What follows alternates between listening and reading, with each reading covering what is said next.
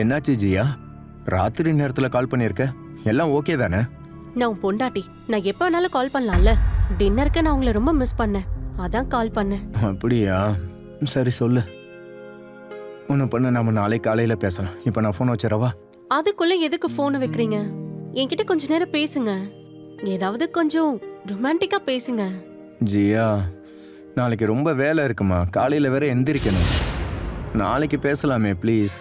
அப்போ ரொமான்டிக்கா என்கிட்ட நாளைக்கு தான் பேசுவியா? நான் ஒன்னும் ரொம்ப நேரம் பேச சொல்லல.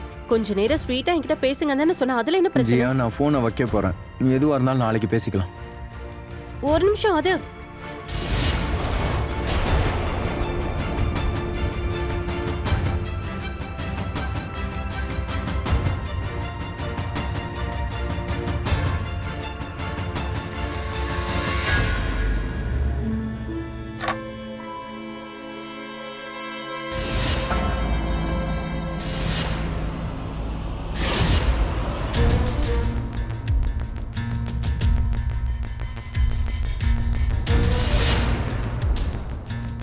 இந்த நேரத்துல யாரு முழிச்சிட்டு இருக்காங்க?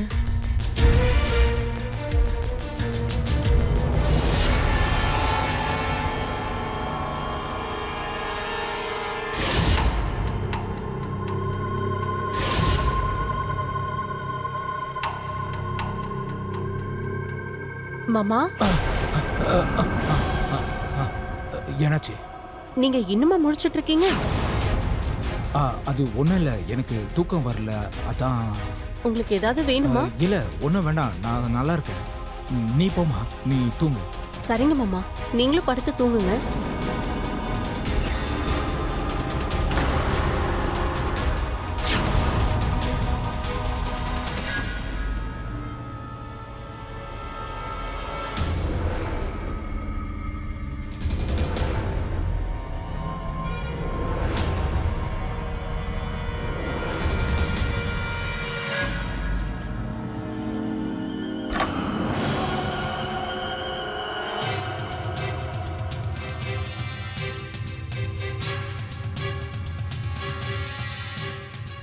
நேத்து அவர் கையில ஏதோ ஒண்ணு வச்சிருந்தாரே, ஆனா அது என்னது? எது மறைச்சாரு?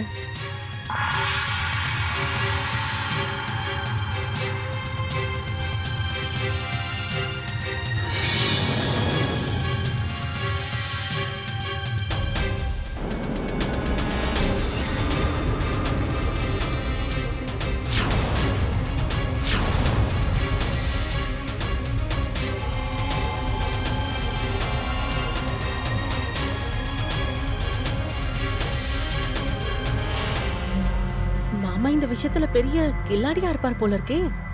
அடேங்கப்பா, பிரமாதம்.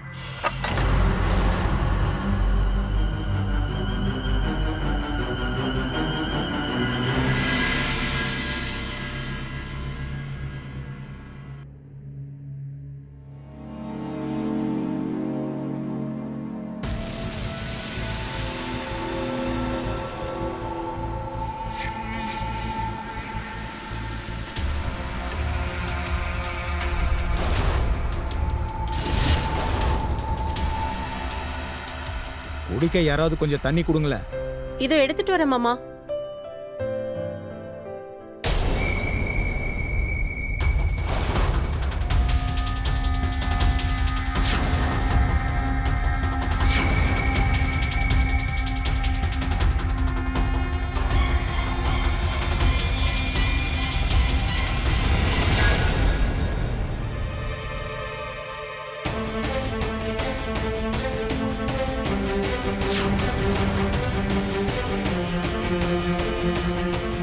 இங்க பாரு, உடம்ப மறைச்சு புடவைய கட்டு. நீ போய் ஏன் ரூம கிளீன் பண்ண.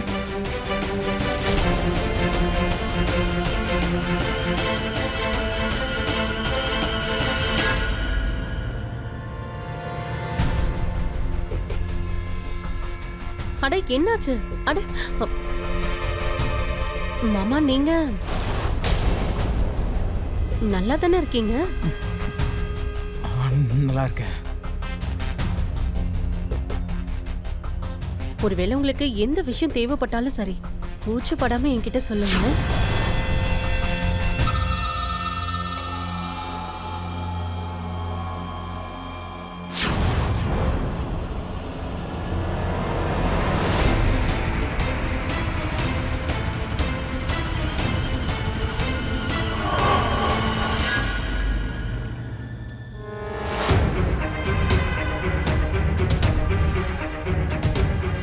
இந்த புக்கை தான் தேடுறீங்களா?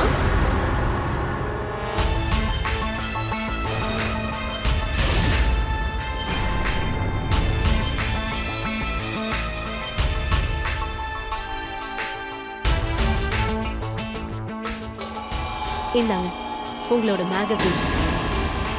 மாமா, உங்களோட ஃபீலிங்ஸ் எல்லாம் எனக்கு நல்லாவே புரியுது. ஒரு பார்ட்னர் இல்லாம நீங்க தவிக்கிறதே எனக்கு நல்லாவே புரியுது. எனக்குன்னு ஒரு புருஷன் இருந்தும் அவன் இப்ப ஏன் கூட இல்ல. மருமகளே,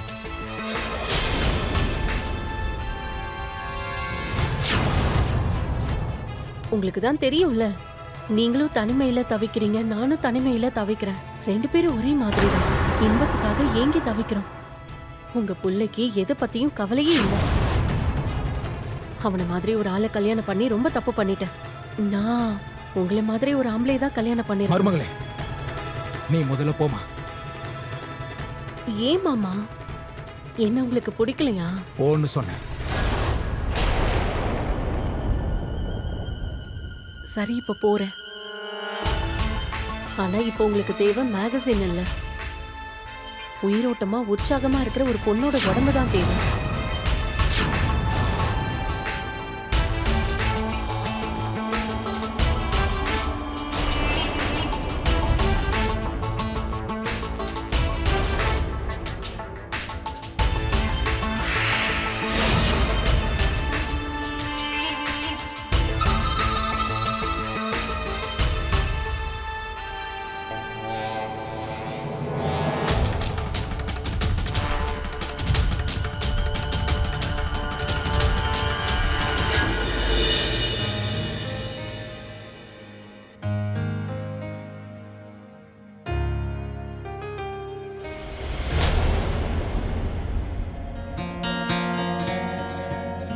மாமா, முதல்ல நீங்க சுட சுட டீய சாப்பிடுங்க.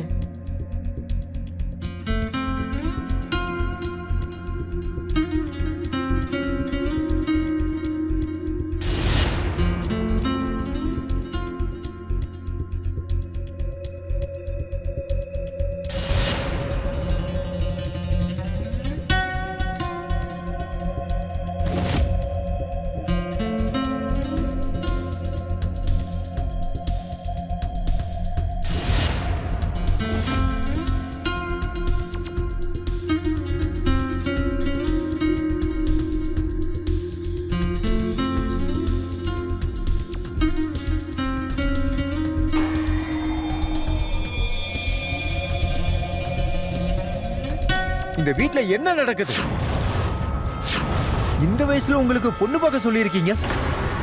உங்களுக்கு என்ன பைத்தியமா? இதுல பைத்தியம் பிடிக்கிற அளவுக்கு என்ன விஷயம் இருக்கு? எனக்கும் வயசாகிட்டே இருக்கு.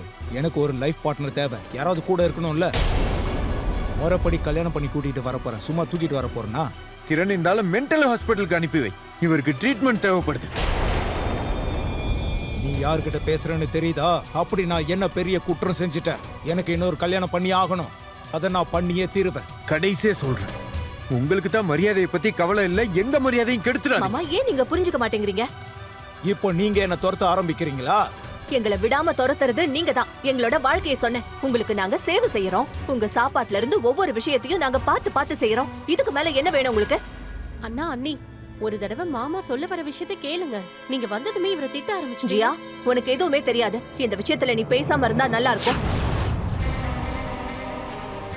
குழந்தைங்க தப்பு பண்ணாங்கன்னா அப்பா தான் அதை சொல்லி திருத்தணும். ஆனா ஒரு அப்பனே தப்பு பண்ணா எங்க போய் சொல்றது?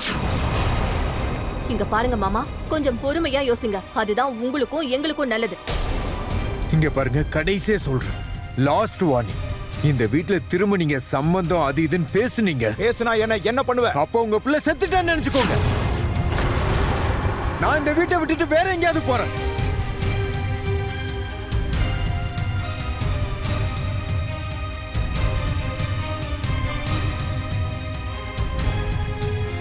மாமா, நீங்க கொஞ்சம் பொறுமையா இருங்க, டென்ஷன் ஆகாதீங்க.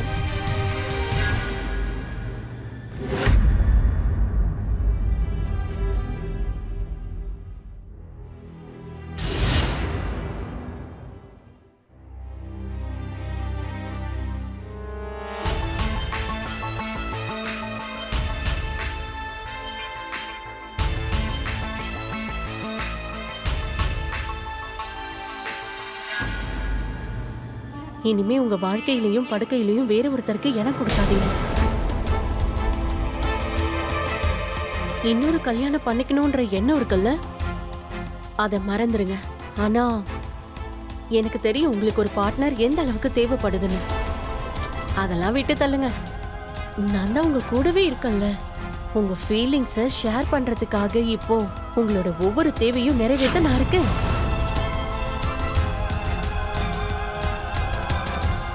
வாங்க. மருமகளே, அட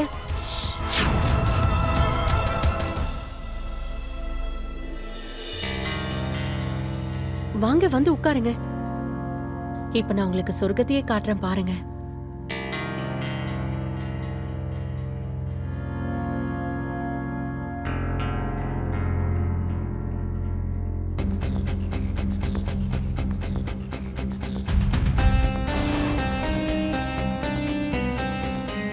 எப்படி இருக்கு?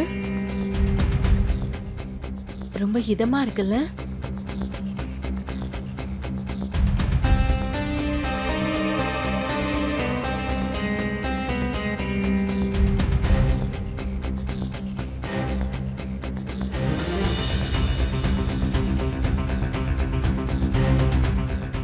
நான் இருக்கிற வரைக்கும் இன்னொரு பொண்ணு உங்களுக்கு தேவையே இல்லை.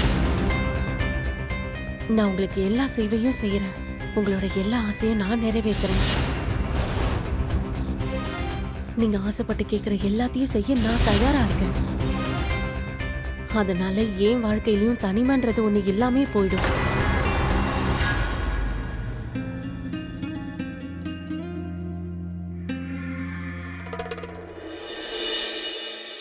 வாழ்க்கையில ஒருத்தர் தன்னோட லைஃப் பார்ட்னரை இழந்துட்டாங்கன்னா தனிமை ஒருத்தவங்கள வாட்டி வதைக்கிறது என்னமோ உண்மைதான். இந்த நிலைமையில அந்த நபர் ரொம்பவே தனிமையில கஷ்டப்படுவாரு. அவர் மத்தவங்களோட சேர்ந்து வாழ்ந்தாலும் சரி, தனிமை உங்களை மனதாலையும் உடலாலையும் பாதிப்பை ஏற்படுத்தும். இதுல ஒரு சில பேருக்கு அவங்களோட தனிமை ரொம்ப நரக வேதனையா மாறிடும். ஷேகர் கூட அந்த தனிமைக்கு இரையாகிட்டாரு. அவரோட மனைவி இறந்து 1 வருஷத்துக்கு மேல ஆயிடுச்சு. அவரை மறுபடியும் கல்யாணம் பண்ணிக்கிட்டு ஒரு லைஃப் பார்ட்னர் கூட தன்னோட மீதி வாழ்க்கையை வாழணும்னு ஆசைப்படுறாரு. அது நல்ல விஷயம் தான், அதுல எந்த தப்பும் இல்ல. ஆனா அவரோட தேவையும் இந்த ஃபீலிங்ஸையும் புரிஞ்சுக்கிறது எல்லாராலையும் முடியாத ஒரு காரியம். மறுபக்கம் அந்த பொண்ணு ஜியாவோட தனிமை, அவளுக்கு ஒரு புருஷன் இருந்தும் எந்த பிரயோஜனமும் இல்ல. அவனால அவளோட தனிமை தாகத்தை தீர்த்து வைக்கவே முடியல. அந்த காரணமா தான் ஷேகருக்கும் ஜியாக்கும் நடுவுல ஒரு உறவு ஏற்பட்டிருக்கு. அவங்க 2 பேரும் ஒரு விஷயத்த மறந்துட்டாங்க. அவங்க உறவு முறைய மறந்துட்டாங்க. அவங்களோட இந்த ரகசியமான உறவு ரொம்ப நாள் நீடிக்குமா நீடிக்காதா? அவங்களோட எல்லையை மீறி செயல்பட ஆரம்பிச்சுட்டாங்க. ஆனா எவ்வளவு நாளைக்கு தான் அந்த ரகசியமான உறவை அவங்களால மெயின்டைன் பண்ண முடியும்? எவ்வளவு நாளைக்கு தான் அவங்களோட ரகசிய உறவை மூடி மறைச்சு வைக்க முடியும்? வாங்க பார்க்கலாம்.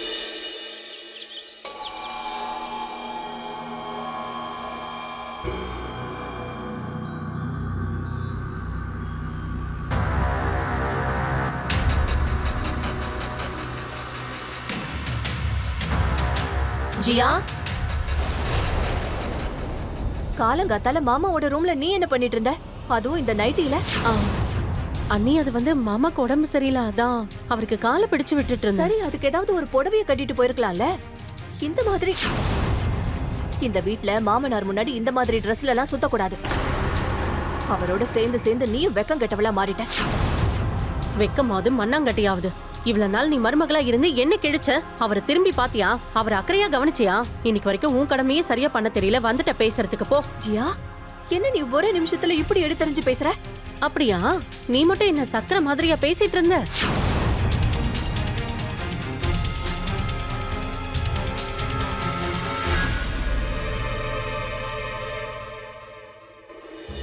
இந்தாங்க சாப்பிடுங்க. போதும் போதும், என் வயிறு ரொம்பிடுச்சு. உங்களுக்கு என் கையால ஊட்டி விட்டாதான் என் மனசு நிறைய போல இருக்கு. அட சாப்பிடுங்க.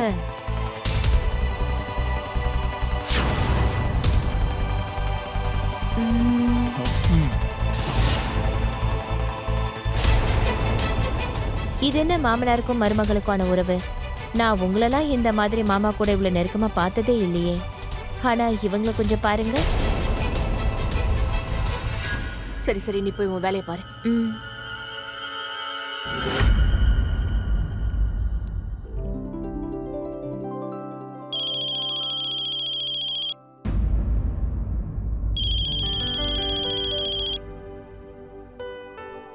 ஹேய் டார்லிங், கோவமா இருக்கியா? இப்பெல்லாம் எனக்கு ஃபோனே பண்றதில்ல. நீ தான் எப்பவுமே பிஸியா இருக்கியே, அதான் டிஸ்டர்ப் பண்ண வேண்டாம்னு முடிவு பாரு, பண்ணிட்டேன். இன்னைக்கு நான் பிஸியே இல்ல. இப்போ மனசு விட்டு பேசலாமா? ரொமான்டிக்கா பேசலாமா? இல்ல எனக்கு ரொம்ப பயங்கரமா தூக்கம் வருது. நான் ரொம்ப டயர்டா ஃபீல் பண்றேன். சரி, நான் தூங்க போறேன். நான் நாளைக்கு பேசுறேன். பாய்.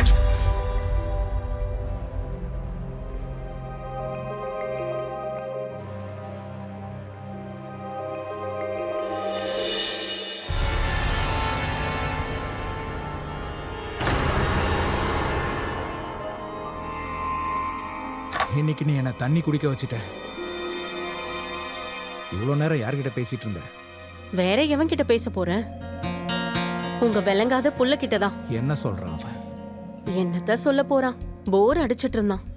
நல்ல வேளை நீங்க கரெக்டா கால் பண்ணீங்க. அந்த மடப்பையனுக்கு கால் பண்ண தான் தெரியும், வேற எதுவும் தெரியாது. அப்படி இல்லைன்னா நாம எப்படி சந்தோஷமா இருந்திருக்க முடியுமா? ஆமா, அதுவும் சரிதான். நல்ல வேளை நீங்க அவசரப்பட்டு கல்யாணம் பண்ணிக்கல. அப்படி இருக்கும்போது நாம எப்படி ரகசியமா சந்திச்சு ஜாலியா இருக்க முடியும்? அந்த பழப்போன கல்யாணத்தை இனிமே எவன் பண்ணுவான்? அதான் நீ கிடைச்சிட்டல்ல.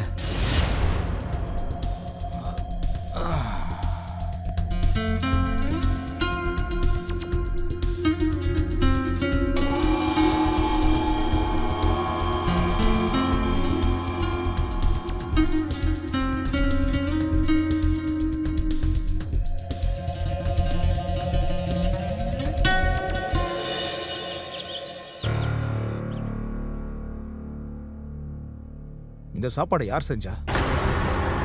நான் தான். ஏன் மாமா, என்னாச்சு? ஜியா எங்க?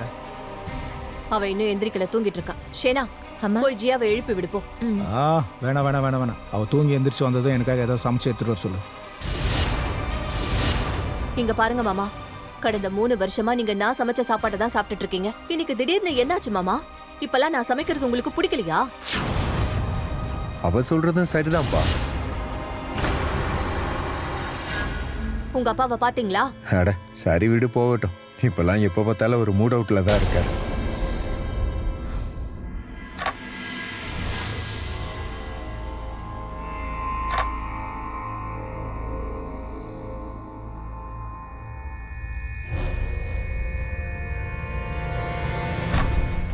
பாத்தியா உனக்காக நான் என்ன வாங்கிட்டு வந்திருக்கேன்னு? நிஜமாவா? அடேங்கப்பா, சாரி சும்மா அட்டகாசமா இருக்கே. சும்மா சொல்லக்கூடாது. உங்களோட சாய்ஸ் ரொம்ப சூப்பரா இருக்கு. சரி, அதுல என்ன இருக்கு? நீயே பாரு.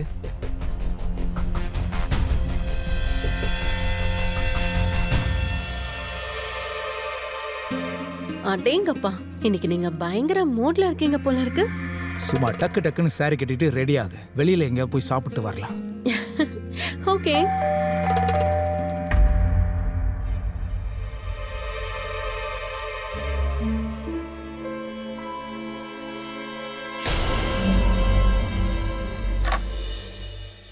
அட அண்ணா, நீங்களா?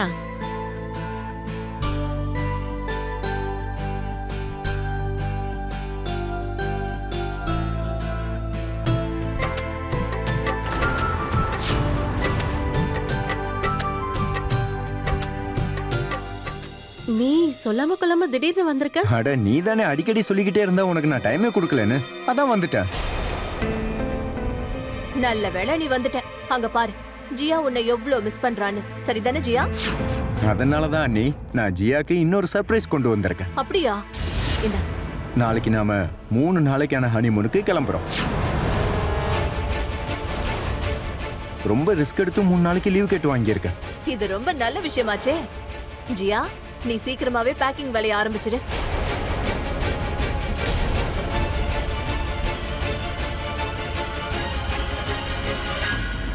அமித், என்னப்பா நீ எதுவுமே சாப்பிட மாட்டேங்கிற? சாப்பிட்றேன் அண்ணி. நல்ல வேளை நீ ஹனிமூன் பிளான் பண்ண. ஆமாண்ணே.